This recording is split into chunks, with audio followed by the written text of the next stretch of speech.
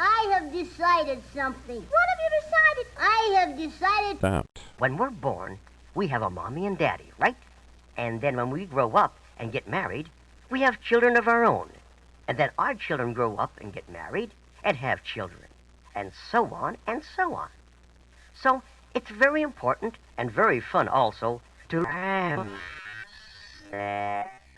Oh, yes. Oh, yes. Oh, yes. Oh, yes. Oh, yes. I don't get it. Oh, yes. I don't get it. Hi, everybody. Thanks for listening to Interesting Sex Podcast, a show about who, how, where, and why we fuck. I'm your host, Miranda, and every episode I talk to somebody about kink, fetish, BDSM, or anything that's not too vanilla. Today, I'm super excited. We have Roxy Fox on the show. I do have a quick warning for you all before this episode begins. There is a conversation about abortion in the beginning, and then at the end, there is talk about Roxy's experience dating a pedophile. I would like to say very clearly before the episode starts that I nor anyone that is affiliated with Interesting Sex Podcast condones any sort of pedophilia. Again, I repeat, I nor anyone affiliated with Interesting Sex Podcast condones any type of pedophilia. I do think, however, that this episode is very honest and very real. At no point do we talk about any child. And with pedophilia coming so much into our mainstream content right now, I think it is something that is real and needs to be discussed with Jeffrey Epstein, with Prince Andrew, with R. Kelly. I do think this is an episode worth listening to, and I do think her very honest experience about what it was like to date a pedophile during a very dark time in her life is very open and honest and worth listening to. With that being said, I am very excited to share this conversation that I had with Roxy today. We do talk about deep things as well as some really fun, interesting things, which you will also be laughing during this episode as well. If the pedophilia discussion is triggering for you, it is the very last portion of the show. So when I do ask her about her dating a pedophile, that's a great place for you to stop listening to the episode. But if not, I encourage you to listen to her experience. And now on a big subject change, I'm going to give a second to do a shout out to our sponsors. Got to take a really quick second to tell you guys about our new partnership I'm stoked about, Tushy. HelloTushy.com/ISP for 10% off. I got a bidet with them, and it's a very exciting experience, and my butthole has never been cleaner.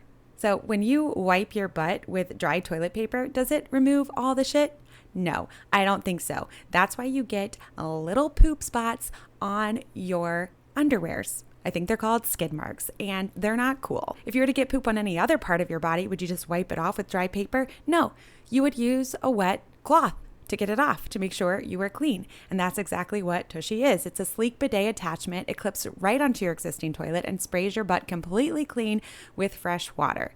And when I say fresh water, it's not toilet water. Tushy connects to the water supply behind your toilet to spray your dirty parts with clean, fresh water. It's the same water that you brush your teeth with.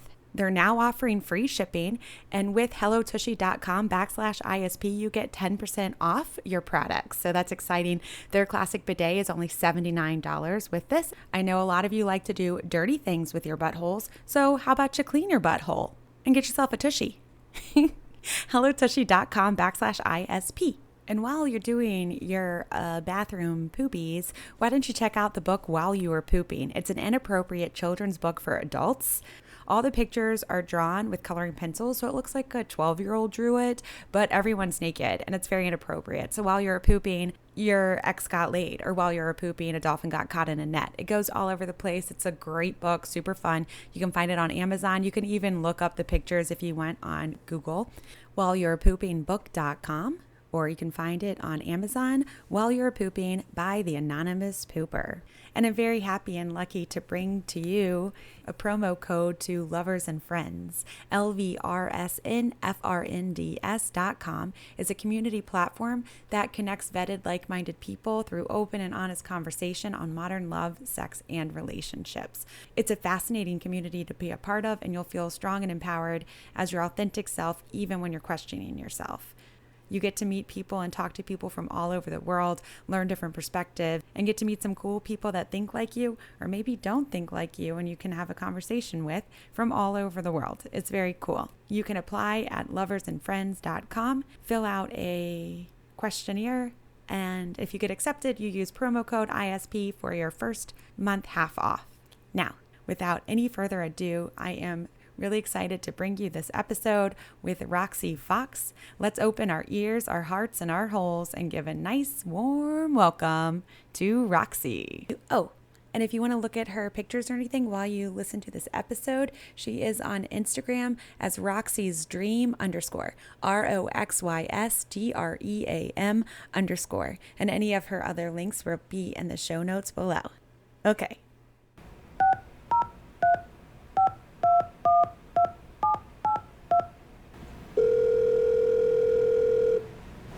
Hello. Hi, is this Roxy? Yeah, this is me. Hi. Hey, it's Miranda. How are you doing today?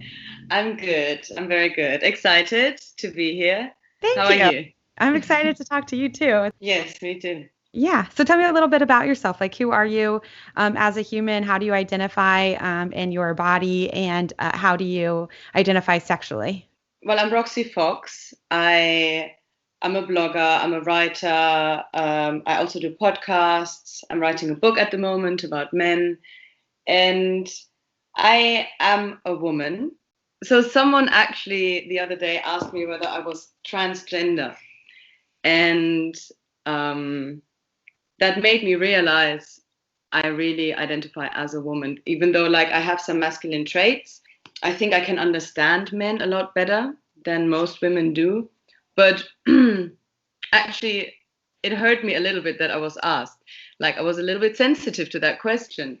And it just made me realize I'm a woman and I want to be a woman 100%. Sexual orientation, very difficult to put a label on that, I think. I think I'm mainly straight, but I'm also sometimes into women. I have played with women. I had a lot of group sex where everything and everyone is invited, really.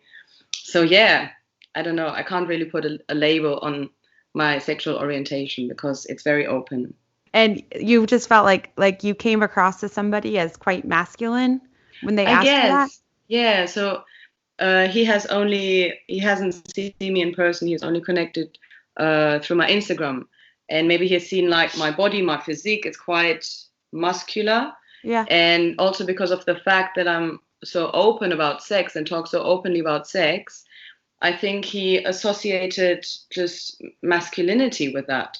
Yeah. And yeah, so I was like, no, women can be very open about these things as well. And they can talk like straightforward. And it doesn't mean that I was a man before. Right. Yeah. So what kind of stuff do you like to write about? You said that you do a lot of blogging and writing, and you're writing a book. What kind of excites you? I write about sex, and I write about my personal experiences with sex. So everything is from personal experience, and then I thought about those experiences and I analyzed them, and I looked at what can it teach me about the world, humanity, relationships, men and women. So yeah, I write about all those experiences, and that's anything from an abortion to a gangbang that I had, to just like normal one-night stands that I have, sometimes too many one-night stands. Then I think about, what does that teach me? Am I satisfied with these one-night stands? Why am I not satisfied? What is missing? What is lacking? Yeah. And then I am actually fascinated with men in general. Like I really try to understand men and why they are the way they are. By that, I think maybe I'm trying to help women understand men so that we all can have better relationships. Because often we just don't understand why men cheat, or why men do these things and say these things and ignore us, or don't think about the same things that we think about. And when I understand men and try to explain it to women, they can maybe, relax a little bit and not take everything personal. Right. You mentioned an abortion. Yeah. I feel like that's something that is not talked about very openly and often. No. Is that an experience that you had, and that's what you wrote about? Yeah, yeah. Would you mind sharing it with me? No, of course not. I never thought I would have an abortion in my life, you know. I had the abortion when I was 28, and nothing ever happened until then. And at that point, you just think nothing will ever happen, like no accident, you know. Yeah. And then I had a boyfriend back then, an Australian boyfriend. We lived in South Africa. And from the beginning, I said, I want an open relationship. But we never actually had an open relationship. Like we never actually went with anyone else because we were all also together all the time.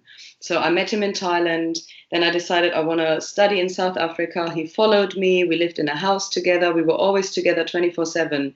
And I was scared to actually go with anyone living with him. I didn't know how he would react. It just didn't happen. But this whole time, I really had the strong urge to go with other men. So at some point, he had to go back to Australia for 2 or 3 months to work, to make money.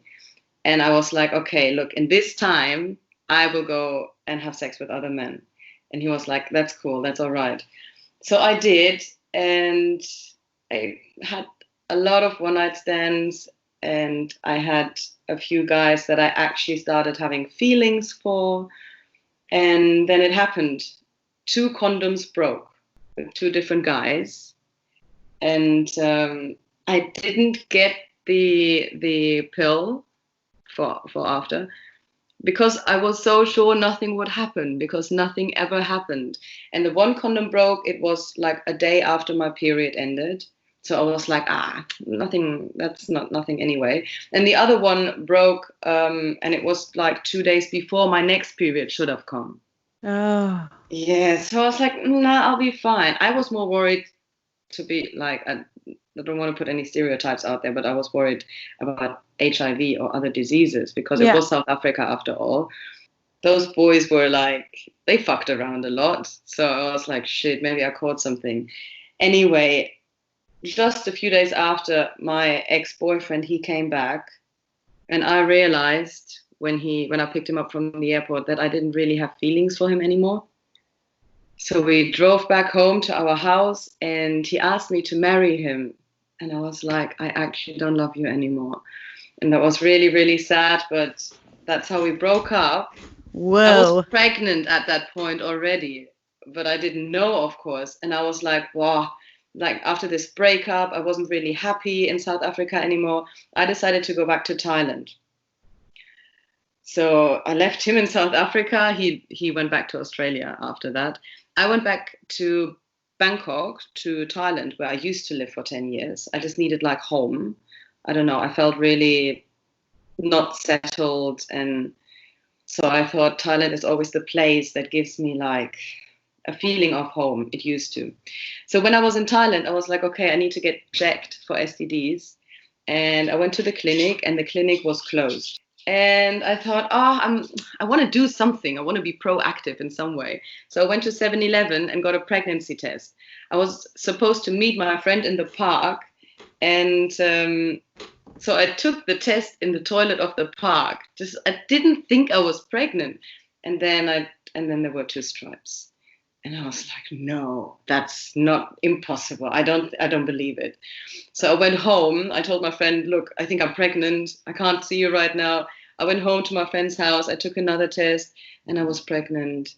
I was really pregnant, and I couldn't believe it. I was like, what the fuck? It's the worst situation I could possibly be in. I don't even know who the father is because 2 different condoms broke. It definitely wasn't my ex-boyfriend. It definitely wasn't someone that I loved that could have cared for the baby because both of these guys were students. You know, I went back to study, so I was around students, very young boys, and they have their life ahead. You know, they're not ready to be a father. And then I realized I'm actually in a country where abortion is illegal, and I didn't have that much money back then. I didn't know what to do, whether to have the baby or not. 28 years old. So I called my mum, I called my friends. I needed all the advice from different people because I just really didn't know what to do. And every single person told me that I need to have an abortion. And that hurt, first of all, because I thought, what, they don't think I could be a good mother? One friend told me, look, you don't know these fathers that well. You don't even know who the father is, but whoever it is, you don't know their history, what trauma they will bring to the baby, And then look at yourself. Where are you going to raise your kid? What are you going to do? What are you going to do for money? Back then, I didn't have a stable income. I just stopped studying. I was back in Thailand. I had no real plan of what to do and where my life was going. But then at the same time, they were right, of course. It was logical. It was right to have an abortion, but the baby was inside me already. And I'm a very motherly person, very maternal. And I want a baby, and I wanted this baby, and I felt so good. I never felt so good in my life, actually, knowing that there's this little something growing inside of me. I was like, I'm not alone in this world anymore. Now it's me and my baby. And then there's all these hormones rushing through your blood as well, that make you feel so feminine and so warm. And I was like, no, I'm going to enjoy this for now, and I'm going to make a decision later. So for a few days, I just went out and I ate the weirdest things, like in Thailand, you have different food anyway. And I had all these cravings, and then I had loads of chocolate cake. And I just looked in the mirror, and I bought this pink dress, and I was like, I'm pregnant, like, it's beautiful. But then at the same time, I had these voices in my head of all my friends telling me, you need to have an abortion. You can't have this baby. So I cried, of course, every day. Horrible decision to make if you actually really want to have that baby, but it seems impossible to have it. Yeah. So then I did make the decision to have the abortion and to listen to my friends and my mother. Like, I value her opinion a lot. She does know what is best for me. But then I couldn't have an abortion because it was illegal there. So I was trying to find ways. Maybe I could have gone to Cambodia. Then I found this like illegal clinic in some dark alley somewhere in Bangkok, and I went there and I was trying to get an abortion, and they were like, we only do the surgery, where you like suck it out, and your baby the embryo is still too small. You have to wait another 3-4 weeks until it's big enough that we can suck it out. We don't give you the pill, the abortion pill. And I was like, I'm not going to wait 4 weeks and let my baby grow inside of me and then have the abortion. That is just torture. So I couldn't do that. And then my ex-boyfriend, who was still in South Africa, I told him about it. And he was so helpful, actually. He actually was like, we're going to raise it together if you want. But he said that because he was in love with me and he wanted to be with me and he thought he could get me back like that. And that would have been completely wrong, obviously. But he managed to find a clinic in South Africa who gave him the abortion pills. And then he sent the abortion pills to me. They were there 2 days after. So I had the pills. I was in Bangkok. So I had to do this abortion by myself. And I was like, I don't want to be in Bangkok. I want to be on Koh Phangan. It's that island where I used to live. And I traveled all the way down with my dog, being pregnant, knowing that I'll have to have an abortion. It was horrible. And then I arrived on the island and I went to my best friend's house, who is my best friend, but he's also depressed and very cynical and a man. So he wasn't really the best person to be around, but I did know him so well and I trusted him. So I went to his house and I took the pill. It's like a few different pills that you have to take. I took them, and then I took a lot of Valium, because Valium, you can just get it at the pharmacy in Thailand. Took a lot of Valium at the same time, and a few paracetamol, because I think I will just sleep through the abortion and maybe not have any pain. And then an hour later, I woke up in the middle of the night, and the pain was unbelievable. I had so much pain. I was like contractions, right? I was pretty much giving birth. That kind of pain. But not to a baby, to a dead fetus. So I was banging my head against the floor, trying to lose consciousness, but it didn't work. So my friend called the ambulance, and they came. And I don't really remember anything that happened because the pain was so strong. I was not really there anymore. All I know is that I was in the ambulance, and I had like lots of Thai people around me speaking Thai. And then I got to the hospital, and all I remember is like an injection in my arm, and like 2-3 seconds later everything was gone. They gave me morphine, which was heaven. After that was the worst, strongest pain I ever felt in my life. And morphine is like you're dead, really. Like, you don't dream, really. It's a very weird drug. And the next day I woke up in the children's section of the hospital because they don't have an abortion section, obviously, because it's illegal. So I wake up in diapers, and only diapers, with all these kids running around next to me. And I was like, whoa, what is happening? Hanging on the drip as well. So I went to the nurses and I said, I need to take the rest of the pills. And I had them in my hand when I arrived at the hospital, and they took them from me. And they were like, we can't give them back to you because it's illegal what you're doing. And I was like, if I don't take the rest of these pills, the fetus might still be in there, or some parts might still be in there, and it could get infected, and it could be very dangerous for me. So it took like a long time of me convincing them, but in the end I did. And they gave me the pills back, and they were like, just never come back to the hospital. And I was like, okay, I hope I won't anyway. And then my friend, he picked me up on his motorbike and drove me back to the house. I was still in diapers, just like with a pullover, like a sarong actually around me, like a big scarf. And I went back to the house and I bled for a few days. And that was it, really. I found the ultrasound photos like 2 days after, and I cried. And I cried maybe 1 or 2 more times. But after this, I was like, okay, I'm not pregnant anymore. I'm not in a relationship anymore. I'm going to go wild. I'm going to explore everything that I can possibly explore in this world before I actually get pregnant again, and I can't do it anymore. So after this really horrible experience, something very different started, like a sexual journey. I was on a sexual journey the whole time, but after that I started having threesomes and group sex and double couples and a gangbang and sex on all different types of drugs. And I was just like going completely in the opposite direction of what my life could have been if I would not have had that abortion. But it went so far that it became actually self-destructive at some point. Sex wasn't something conscious and beautiful anymore. It was just like sex. I need to have sex, a lot of sex. What is there? BDSM, all these different fetishes. I wanted to try it all, but there was no awareness really. And I think it has to do with the fact that I was traumatized from that abortion, but I never really let it close to me. I never really wanted to think about what happened and my child.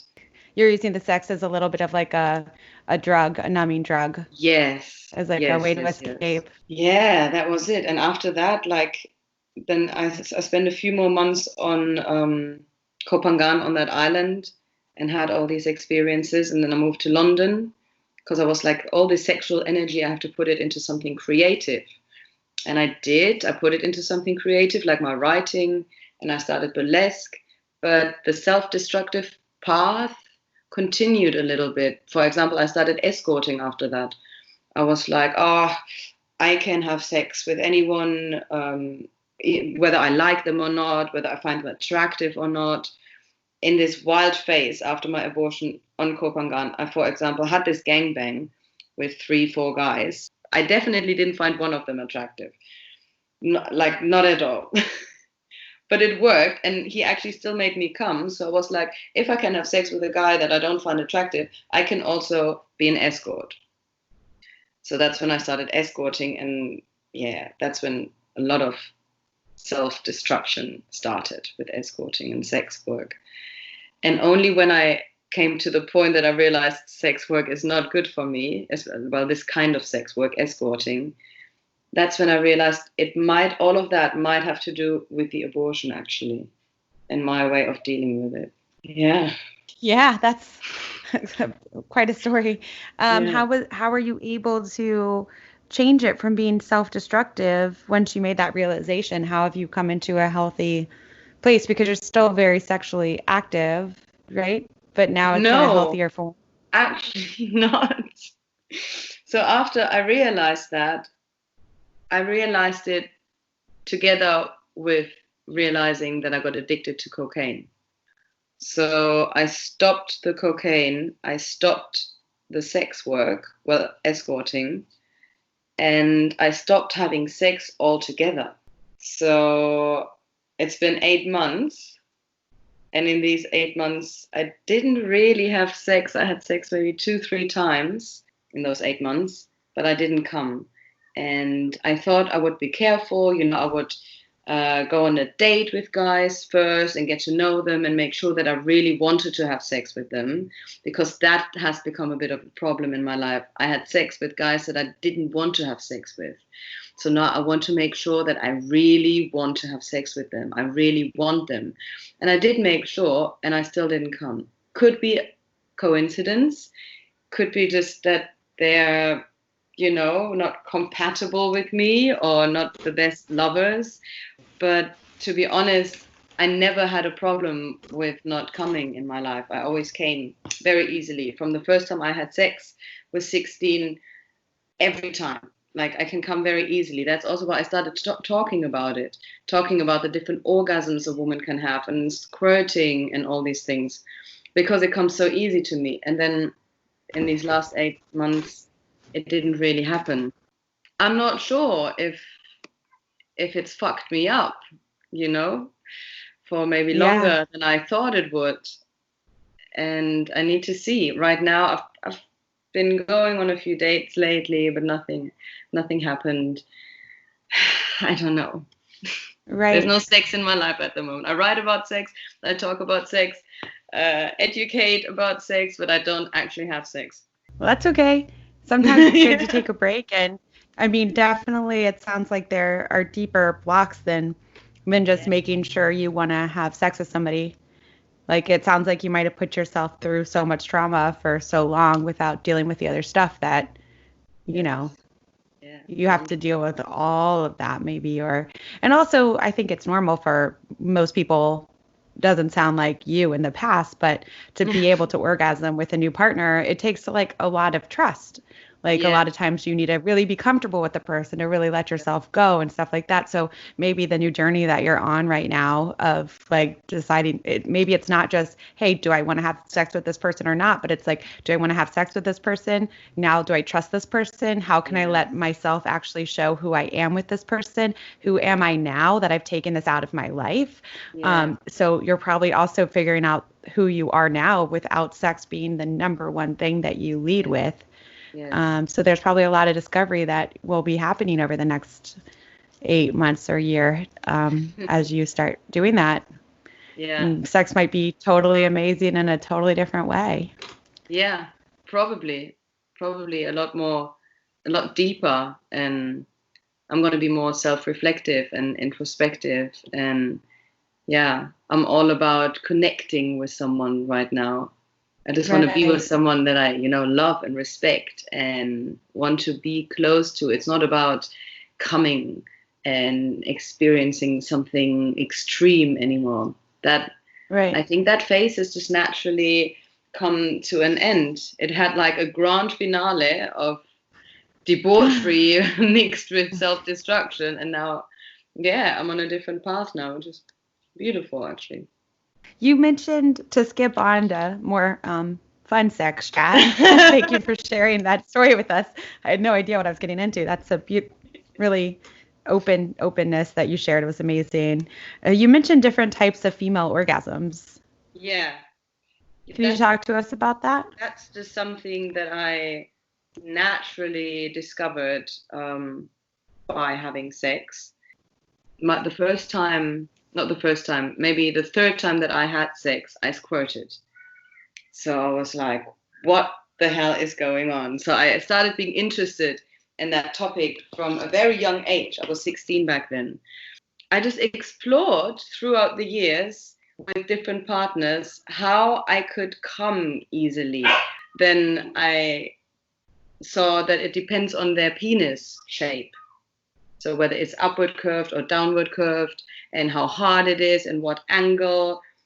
I, for example, realized that in doggy, I never really come. And I asked myself why. So then I studied, the female anatomy.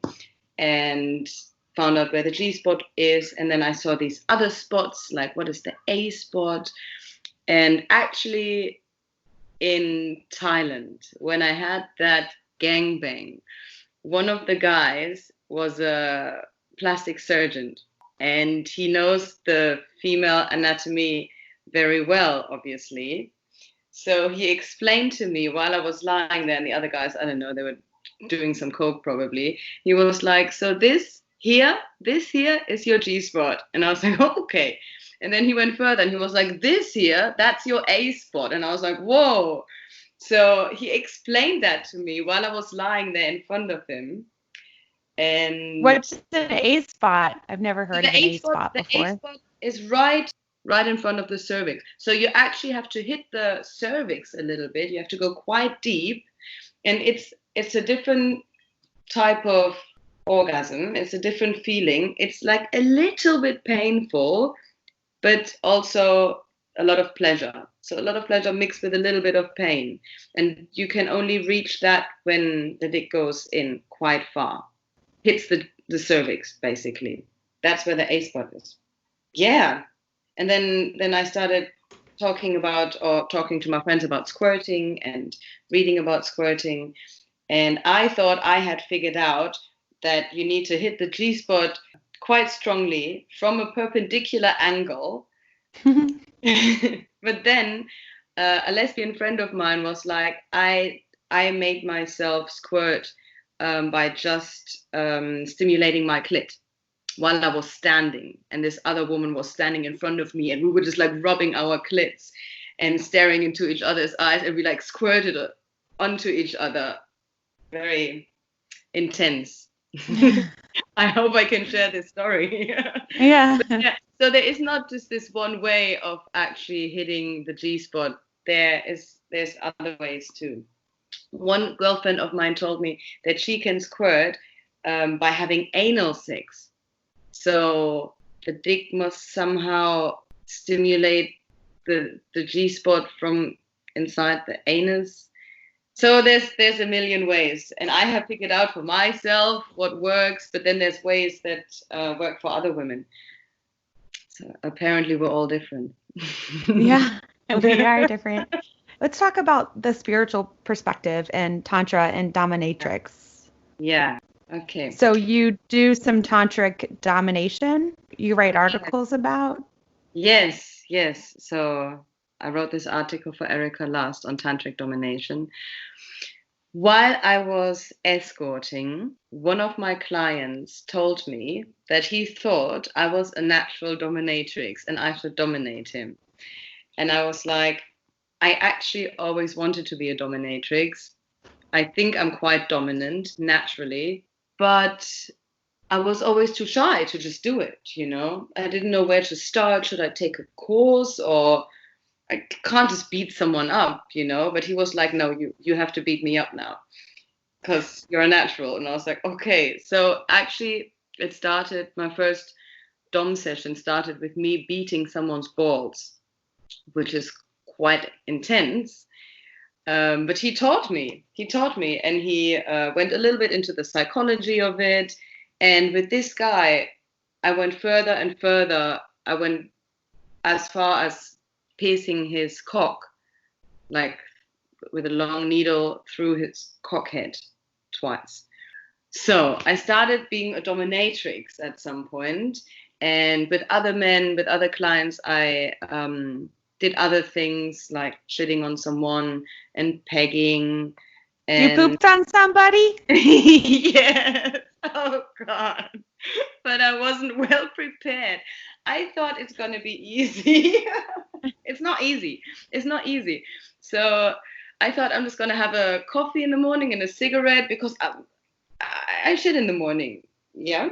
My bowel movement is good. But then we were in this small hotel room. You want to laugh. I want to hear it, all of it.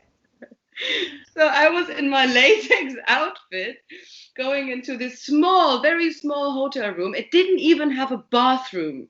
He didn't have enough money to pay for a good room. So we were in this very tiny room, me in my latex, sweating like hell. And then he's lying on the floor. oh, and I'm squatting on top of him, and it's not coming out. And I'm pushing. Is your butt facing his face? No, actually not. Actually, my face was facing his face, and I was supposed to shit on his belly. Okay. Was his personal preference. So I'm pushing and pushing, and then I start pissing, which is also good. But then only a little bit of poo comes out. Like, it looked like rabbit poop, like little balls. And I was like, oh no, it's disgusting. It's not even like a nice big shit, it's just like a little bit of, yeah. And then I had to like humiliate him a little bit verbally, which I'm actually also not so good at. I'm not a mean person. I'm not good at being mean to people. I can't be like, you have the tiniest cock and blah blah blah. I can't do it. So this was a bit of a disaster. And that's also, I went out of that session and I was like, this is not me.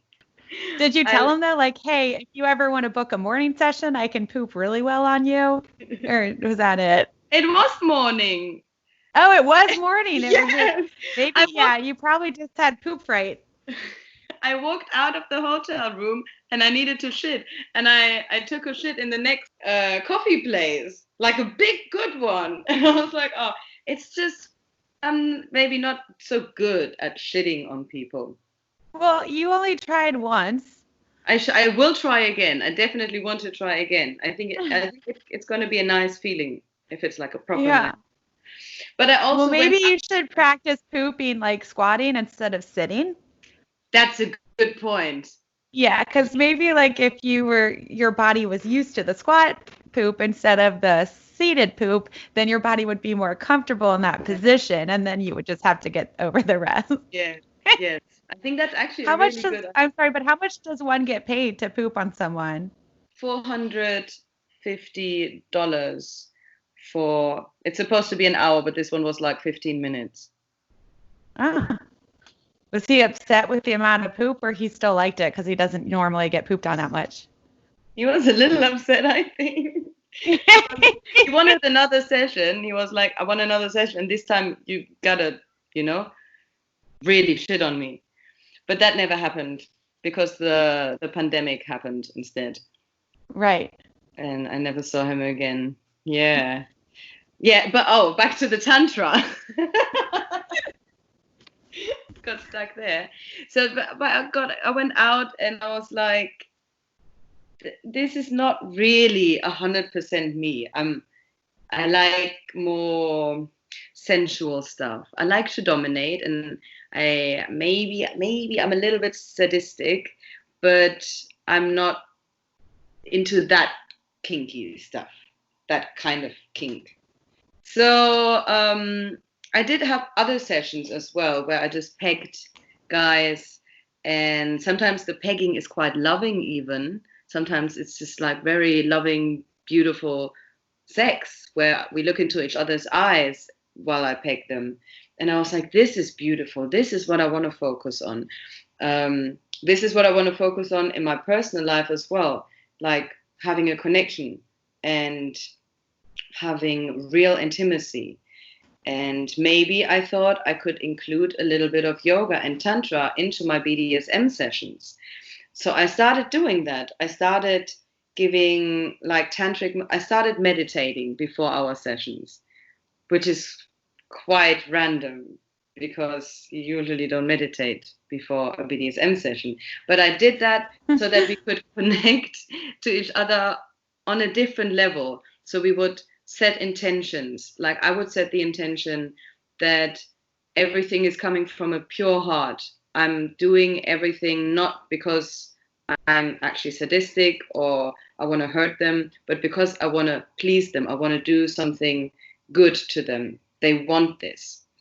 And I want them to set a good intention too, because I don't want to receive any negative energies from the guys that I'm with. I have received a lot of negative energies from men that have fucked me because their intentions weren't good. Maybe they looked at me in a bad way. Maybe they didn't respect me, and it destroyed me after.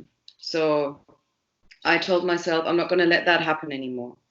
So they have to set good intentions. We meditate together, we breathe together. It calms us down, it connects us.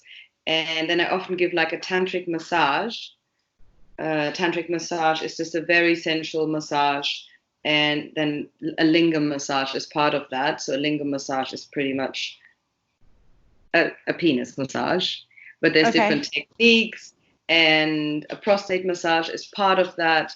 So I combine that with BDSM. So I would combine that with me pegging them, for example, or impact play. Maybe I choke them, maybe I slap them, but I'm also sensual again. Like it's a mix between being sensual and BDSM. And that kind of like the A spot. Yes, pleasure and pain. Exactly. Okay, so do you still do these things when you're saying you're in a non-sexual place right now? Are you? Is this still a part of your life? Yes. You're just not actually physically like being penetrated? Yes. Yes. So Okay. There's a little bit of sex in my life. I'm still working. I just had a session the other day. That was not a tantric session. That was just pure BDSM. It was the guy that introduced me to being a dominatrix, the ball beating guy.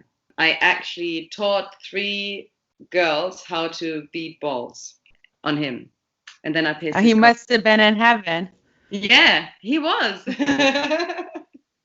So how do you beat a ball? So they bend forward. You bend the guy forward, and he's on his knees, leaning forward. So then you pull the balls backwards through his legs. Maybe there's a ball separator separating the balls already, but then you pull them back, and then you hit them with a baton. Oh. Yeah. You can do it anytime. Have you found other people that, is this a common thing that you come across that people like? No, he's the only guy that ever asked me. I mean, it's very extreme. This is very extreme. It's well, maybe if you just slapped it instead of hitting it with a baton. He wants that. I'm sure he's worked up. I know, but I'm sure like he's probably worked up to the baton. Maybe people that are he was introduced to dominatrix when he was 17, and since then he's in that world. So probably. So you dated a pedophile. Oh God. I want to know about this very, very much. Ooh, I did. Tell me about it. I want to know how you were okay with it, what your experience was with that. Just tell me everything you can about it. I will. Okay. I think this is the first time that I'm speaking openly about it. I have mentioned it here and there, but I never wrote a full article or made a video about it. So that was last year. That was in my phase of full-on debauchery, cocaine as well, escorting. Because I took the cocaine, I started going pretty dark in my thoughts. For some reason, when I'm on cocaine, I want to talk about the darkest shit, like pedophilia, rape, power. Why do some people need to have power, kill other people? And I just pretty much want to logically explain the deviancy of the world, because it makes me feel a little better, maybe, having to live in this horrible world, if I can explain it. And I was always somehow interested in pedophilia, because when I was studying, back when I was 19, I was in Germany studying law, and I lived with 6 guys. I always like to be around guys, I guess, but I lived with 6 guys in one flat, and one of those 6 guys, he was older, he was 40, studying dentistry. And one morning I came back from partying off my face, came back, and he sat me on the kitchen table and he was like, I will tell you something now. This is a very valuable secret. And he said, nearly all men are pedophiles. And I was like, 19, yeah? I was like, what? And he's like, yes, I'm a pedophile. And I know a lot of men that are pedophiles, but nobody dares to talk openly about it. And I was like, I don't believe you. What the fuck is going on? And he was like, you don't have to believe me, but I'm telling you the truth. So with this in the back of my head somewhere, I went through life and I looked at what I saw and what's been happening. I looked at prostitution. I lived in Thailand. There's a lot of child prostitution. And when you're thinking about it, you ask yourself, why? Why is there so much of that? Why do so many men come to Thailand to have sex with a child if it's not within them? And then other things happened, like Michael Jackson and R. Kelly and Prince Andrew and Epstein. And you're like, okay, there's a lot of pedophiles out there that we know about that are famous. There must be a lot of pedophiles that we don't know about. But it's both still uncomfortable for us women to think about this, right? Especially maybe mothers, but I think for all women. It's an uncomfortable thing to think about. So that I was in this phase when I thought about all these things and discussed them. And then randomly I met someone on Hinge. It was a Hinge date. And he tells me first thing that he's a pedophile. Now, I was interested in what he had to say. Where does it come from? I wanted to analyze him. Now I had someone there that admits he is one. So I could talk about all these things with him. And I did. And I found out a lot. And I was attracted to him at the same time. Like physically attracted, but also I was attracted to this dark, deviant mind that he had. I hooked up with him. We started having sex with each other. And he is like a full-on pedophile. He likes really young girls. And he cannot have sex without playing the dominant daddy role. So I, when we had sex, had to be the little girl, which is very unnatural for me, which is very not me. I like, you know how I look like. Also fake tits, very like muscular body. And then I had to pretend to be a little girl. I didn't like that. I also didn't like that because I have bad experience with people taking power away from me and abusing me physically. So, but then I thought maybe this is a way to work on it. Maybe I can heal my rape trauma through that. So I tried and I pretended to be the little girl. It didn't work. I just couldn't do it. So I was like, look, I like you and everything, but I can't. I tried like 2 times or something, 3 times. I was like, I can't do it. And then he was like, that's cool, that's fine. You pretend you're the mom. Oh man, and that's where it got really twisted. Because when I'm the mom and he's the dad, who is he thinking about? So one time he was fucking me from behind and I was the mom and he said, let's make a little baby girl together. And he was fucking me raw. We didn't use a condom. So he was fucking me without a condom. And then he was saying, let's make a little baby girl. And I'd had the abortion, you know. I was like, no, stop. Like, don't come inside of me or anything. And he was like, no, don't worry. I'm just playing. I'm just pretending. And then he continued, let's make a little baby girl so we can both do naughty things to her. I froze. I didn't move anymore. I didn't know what to say. Nothing. And then I started crying and I stood up and I was like, what the fuck? And he was like, yeah, babe, but you knew it. You know this is me. You know this is my fantasy. And of course, I'm not going to get you pregnant. And I spoke to my friends about this and everyone was like, you have to leave him. You have to, this is not good. This is not going in a good direction. And for some reason, I couldn't break up with him. It was very strange. And I told him, like, I don't know where this is going and what we're doing. Like, I like you. What do you want from me? And then he was like, look, this is the sex for me. I'm not interested in you at all. And I was like, wow. Okay. And then that was it. Why do you think you wanted to stay with him so badly? He clearly wasn't into you. Like, and you were basically letting yourself be emotionally, like, kind of tortured, it sounds like, trying to find a way through this experience on how to make him happy even though you weren't okay. What do you think it was? I think I was desperately trying to just be with someone as well. That was just after I turned 30, and I had a little midlife crisis back then. I thought, oh God, I'm 30, I'm alone, I want someone in my life by my side. And I met him, and I was physically very attracted to him. And I was attracted to this dark side in him, and the fact that he was speaking openly about it. I don't know why I stayed with him. Obviously, now looking back, I don't know what happened there, what I did. I would, if someone told me they're a pedophile now, and such an extreme case as well, I could never stay with them. But I was a little lost back then. I was also addicted to cocaine. As I said, it changed my personality a lot. I saw the world in a very dark way anyway.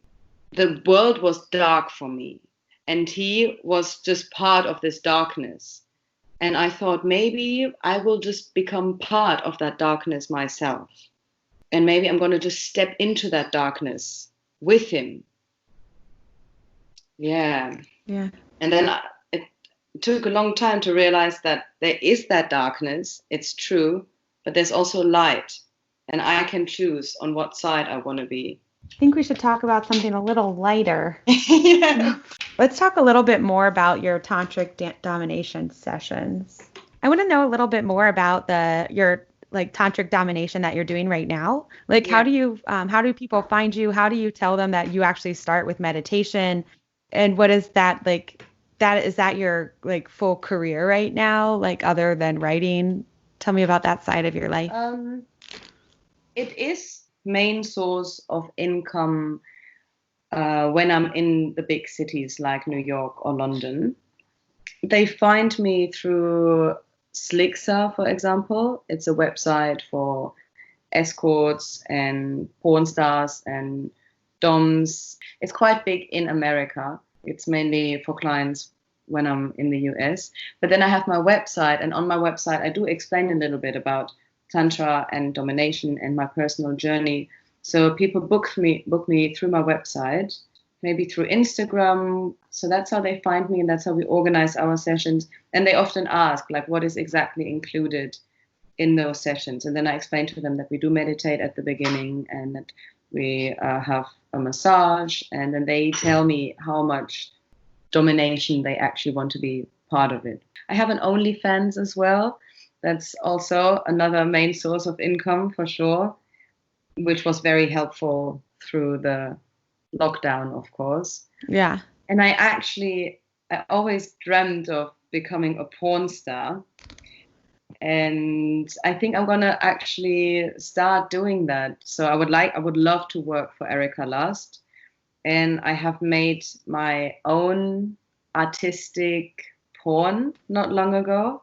So it was professionally filmed, and I cut and edited it, and it's really, really beautiful. It's like a lot of slow motion. It's solo. It's just me as well, with music in the background and with oil and water, and it's just really sensual. And because it's slow motion, it's just beautiful. The light is beautiful, and how I am treating my body as well. It's not fucking or like masturbating. It's like, I'm loving myself. Where's that? Is it out yet? It's on my OnlyFans. I haven't really published it anywhere else yet. What's your OnlyFans? It's Roxy's Dream. Okay, well, I'll put all your stuff in the show notes. Nice. So when people come in for a session and you do the tantric massage, the penis massage and then the prostate massage. You Yeah. like let them know, like, first things first, I'm going to put my finger in your butt and massage it. Kind of. Do they orgasm like at the beginning of the session, or you kind of just start massaging it and then you go on with the session? It should be at the end of the session. Right. I also tell them, actually, if they want to come, if they feel like they're going to come, to try and not come, but breathe, focus on the breath, and hold it back. There's actually a technique where you come without ejaculating.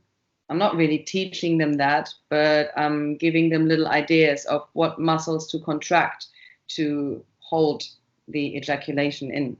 And then what kind of things, like what kind of domination do people look for from a tantric domination tricks? More soft things, like choking or slapping, or very common is pegging. Everyone wants to be pegged. Or like me massaging around the anus and the prostate with different dildos and different toys, maybe a vibrator. That's what they're mostly into. Someone that goes to like a Tantra BDSM session is not going to want something extremely hardcore. Right. That doesn't really match either. Do you like your job? Yeah. I love it. I really Good. love it. I love those sessions. Like, I'm a yoga teacher as well, and I love teaching yoga as well, but those sessions, they are a little bit like teaching yoga, but they're just so much more intimate and sensual. Like, you can really connect with the person that you're having it with on a very beautiful level. Like, it's very spiritual. You're meditating together, you're breathing together the whole time. I do love that work. I love all my work. I love making the porn was a lot of fun as well. I love doing that. I can't wait I'm gonna shoot my next porn on Sunday, and this one is going to be with a girl, with a different videographer. So I'm quite excited for that. And then the writing is, of course, what I love the most. Yeah. And you're writing a book right now. What is your book about? Men. Of course. It's called Men, and it is about men. And it's about all the different sides of men, but a lot of things that people don't really talk about or talk about enough. So I do write about pedophilia. I do write about rape. I do go dark in the book, but I also write about cheating and why men want to cheat and how can we deal with it? How can they deal with this desire of wanting to cheat? And I promote open, honest conversation in relationships. And then I write about men in their midlife crisis. That's when the desire is really, really strong, because many men in their midlife crisis realize they haven't had the life that they really wanted, because they did what society told them to do, and they got married maybe quite early, and then they focused on their career and they made that money. But now they're stuck in a marriage where they probably don't even have sex anymore. And if they do, it's not often enough. Maybe it got boring. Maybe they never fulfilled their sexual desires or fantasies. And now they start dreaming. But then the midlife crisis makes you realize you're going to die. You're going to die soon. And you're getting older. And your body is not as strong and fit. And you're not as handsome as you were before. So now or never, really. I think that's what is happening in a lot of men in their midlife crisis. Yeah, some men, they find God in those times, and some men, they find, escorts. Yeah. Yeah. It sounds like it'll be an interesting book. Yeah. Yeah. I've been working on it for years. There's so much to write, and the deeper I go, the more I realize there's so much to say and think about. Yeah, men are not that simple, actually. So what are you trying to, when you start having sex again, what are you hoping that will look like? I had so many beautiful Tantric Domination sessions with clients. And I hope that I can take that, what I experienced there, like the depth of it, the kinky side, because of course it's kinky, but it's deep at the same time and conscious. I want to take that to my sex life and experience all these amazing things that I have experienced with my clients with someone that I love, or someone that I'm in love with, or someone that I'm at least into. Yeah. At least. Yeah. Yeah, I just don't want to have sex with someone that I only find attractive, or that I'm accidentally meeting and we get drunk and high together. No, I do want it to be with someone special. Yeah. Yeah. And as far as a sexual bucket list scenario goes, what is something that you would like to do that you haven't done yet? There's not much left. I would really like to have sex with my husband. I want to have sex with the man that I'm married to. I think that's going to be a whole different level of intimacy and trust. That is a must. I really want that to happen. And another fantasy of mine that I always had, but it's not a must. It can stay a fantasy. A few things can stay a fantasy. Not everything has to be fulfilled, right? But I have this idea of me lying on the floor, naked, masturbating, and 50 guys standing around me, jerking off onto me while they admire me. Nice. Yeah. Maybe that'll happen too, actually. Maybe it could. Sounds like it could. I'll have everything listed in the show notes before, but why don't you tell us your Instagram, Twitter, your OnlyFans one more time, and that'll all be in the show notes as well, but just so you can get it out there. Yeah, so my website is roxystream.co.uk, and my Instagram is roxystream with _ yes. And OnlyFans is also Roxy Stream. Twitter is Roxy Stream 1. Yeah, I think that's Awesome. it. Oh, Spotify, Roxy's Banging Podcast. Everything Roxy Stream. Roxy Fox or Roxy Stream. Wonderful. Well, thanks so much for sharing so much depth with us today. Thank you. Yeah, it was lovely to talk to you, and I hope you have a great rest of your day and week, and I hope you find that emotional connection you're looking for. Thank you so much. Sending you love, and everyone. Thank you. Bye. Bye. Such an amazing woman. The work that she is doing, not only on herself and her self-learning, but educating and working with other people in the sex industry is amazing. So I'm really happy we got to talk to her today. As always, I'd like to take a moment to remind everyone that we are very lucky to get to have sex with who and how we want, and not everybody is afforded that right. 10% of any profits that come into Interesting Sex Podcast will go to help stop sex and human trafficking. I cannot imagine a worse life than being a child who is sex trafficked. If you would like to donate, go to InterestingSexPodcast.com, and there's an option to donate through PayPal. You will be helping support the show, helping me make more episodes, as well as donating to the cause. Thank you to the band 41 for this really cool, weird song, 41music.net. I love it. I hope you love it too.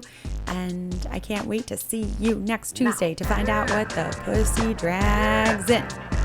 It'll be good.